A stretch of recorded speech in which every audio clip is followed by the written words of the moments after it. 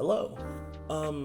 I wanted to talk about the differences between Dead by Daylight, mainly of its core and its mobile ports. One popular topic with this discussion is, well, the controls and gameplay on Killer side. Pointed out by a lot of players who play mobile and core, killers like the Twins, the Huntress, and the Deathslinger, you have to commit more with your shots. Yeah, unlike core, in mobile you have to drag your aim to the bottom right of your phone screen to cancel aiming your weapons, practically out of your view. It's very obscure. Then there's killers like the Knight, who haven't even gotten their updated ability as to core on mobile. Like how Knight and core you're able to swap from certain guards and send out multiple guards. In mobile you really just can't do that. Then I don't want to go over this one too much because it's been talked about a lot in the Reddit, and overall the controls on killer side, how clunky it feels, how some killers you can't even do snap judgment hits, you can only attack straight, all that stuff. One thing I do want to talk about that I've noticed was, well, perks, add-ons, offerings, the works. Stuff that I really didn't think I need to look at. Because, for example, if we're going to talk about like how you get your add-ons and perks, they're hugely different compared to core. Unlike core, where you go and do the blood web, you know, blood web on the character selection, where you can just get your add-ons and perks.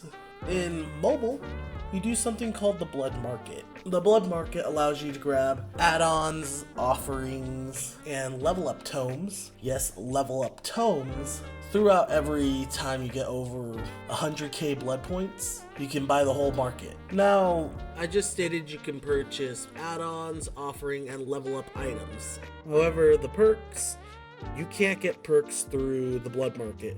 You have to get the perks through leveling up either killers or survivors via multiple different ways. Yeah, to get like perks, like certain perks you want or perks overall, you have to play your selected killer or survivor within matches. Or you can do the other conventional ways besides using level up offerings. You can use the level up tomes that you get through the blood market to level up your killer or survivor. Then one of the more egregious ones is using your iridescent shards or premium currency to level up killers. And those can be very pricey. Honestly, I think this is one of the more negative gripes on my end, because throughout this whole time playing the game, I never used any of my premium currency to level up killers. And I do think that's somewhat pay to win if you're able to just put down money and immediately have maxed out killers. But overall, it's caveated by the fact that to get a max killer or survivor, it's like the equivalent of $20 to $30, easily 2,000 to 3,000 accurate cells. And that is a lot of money to be spending on one killer or survivor. Another note that I noticed, in fact, old core used to have this. Trial tickets. Dead by Daylight, before it became huge, used to have a offering that you were able to get in the blood webs that allowed you to try out certain killers. Granted, the selection was small back then, but it allowed you to try out certain killers and see which ones you wanted to unlock. Anyways, going off of all the trial stuff, there was a certain topic I wanted to talk about, and it was actually one of the reasons why I'm making this video now. Perks. Believe it or not, from what I noticed, in fact, I noticed two perks that made me want to make this video, were Hex Thrill of the Hunt and Dead Man Switch. Now, in core, Hex Thrill of the Hunt reduces the time it takes to undo totems. I've seen creators like Game Boy Ben talk about issues on this topic already, and put their 2 cents in how good this perk is for killers or how awful this perk is for the game. I'm not going to lean into any of that, but I did want to talk about the unique difference. In mobile, instead of having that 15% reduction of totems, it still has the point boost. Yeah, in fact, for as many totems as you have on the field, you still get a 10% bonus in blood points, which is really good if you want to grind out blood points to just do the blood market over and over and over. The other perk, Dead Man Switch. In core, it activates right when someone gets off of a generator. It only activates for 1 to 2 generators. But in mobile, the perk activates the moment you hook someone. And yeah, that's an awful thing alone. Just hooking someone, then turning around. And if you're with a Swift, sometimes they would not get off the generators, practically making you waste a perk slot. If you're pairing Deadman Switch from mobile with perks like Eruption, Oppression, Merciless Storm, Scourge Hook, Pain Resonant, or Monstrous Shrine, you really have a good set of blocking perk build, considering that survivors will be forced to get off the generators. Other perks I've noticed that didn't change a lot, but the reason I noticed them was because of the glaring issue of their artwork, or from the weird stat differences it has. One perk that I noticed was Guardian.